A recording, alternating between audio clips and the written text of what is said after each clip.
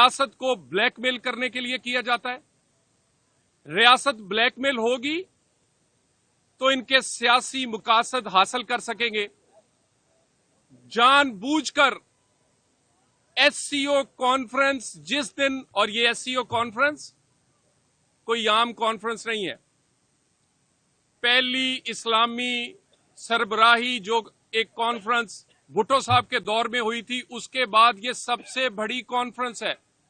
200 سے زیادہ وفود، بین الاقوامی وفود اسلام آباد اور پاکستان آئیں گے۔ 200 سے زیادہ وفود اور ان کی ایڈوانس ٹیمیں آلریڈی اسلام آباد آ چکی ہیں۔ ایس سی او میں کون سے اہم ممالک ہیں؟ اس میں چائنا، رشیا، اس میں وہ ممالک کی تعداد زیادہ ہے جو آج اسرائیل کے مخالف کھڑے ہیں۔ تو ایس سی او کانفرنس سے تکلیف آپ کو اس لیے ہے کہ یہ اسرائیل مخالف اکٹھے ہوں گے۔ ایس سی او سے کسی کا سیاسی بھلا نہیں، یہ پاکستان کی بات ہے۔ پاکستان کی معیشت چلے گی اس سے، پاکستان کے غریب کا چولہا چلے گا، پاکستان کی اسٹاک ایکسچینج چلے گی، پاکستان کا روپیہ تکڑا ہوگا۔ مجھے یہ بتائیے، اس کانفرنس جو کہ پاکستان میں کئی دہائیوں کے بعد ہو رہی ہے، جس میں مختلف ممالک کے سربراہ خود شرکت کریں گے یا ان کے اہم ترین وزراء اور رہنما پاکستان میں اور اسلام آباد میں موجود ہوں گے، آپ دنیا کو کیا بتانا چاہ رہے ہیں؟ آپ دنیا کو کیا دکھانا چاہ رہے ہیں؟ کیا فرق ہے؟ میں پوچھنا چاہتا ہوں، مجھے یہ بتا دیں جو ہمیں بار بار کہتے ہیں کہ ان کو آپ احتجاج کی اجازت نہیں دیتے، کیا فرق ہے اس دہشت گرد میں جس نے چائنیز پر حملہ کیا کراچی میں، اور کیا فرق ہے اس احتجاج میں کہ یہ ایس سی او پر جہاں پر وفود موجود ہوں گے اس کو سبوتاش کرنے کے لیے حملہ کر رہے ہیں؟ یعنی فرق صرف نام کا ہے۔ اگر کوئی داڑھی رکھا ہوا مدرسے سے پڑا ہوا آدمی بارود باندھ کر یا کلاشن کوف سے حملہ کرے تو دہشت گرد، اور اگر کسی کے گلے میں پی ٹی آئی کا پرچم ہو اور کلین شیو ہو، یونیورسٹی کا پڑا ہوا ہو، وہ میاں والی ایئر بیس کی دیواریں گرا دے یا جناٹ ہاؤس کو آگ لگا دے یا پھر ایس سی او کانفرنس کو سبوتاش کرنے کی کوشش کرے تو وہ انقلابی ہے۔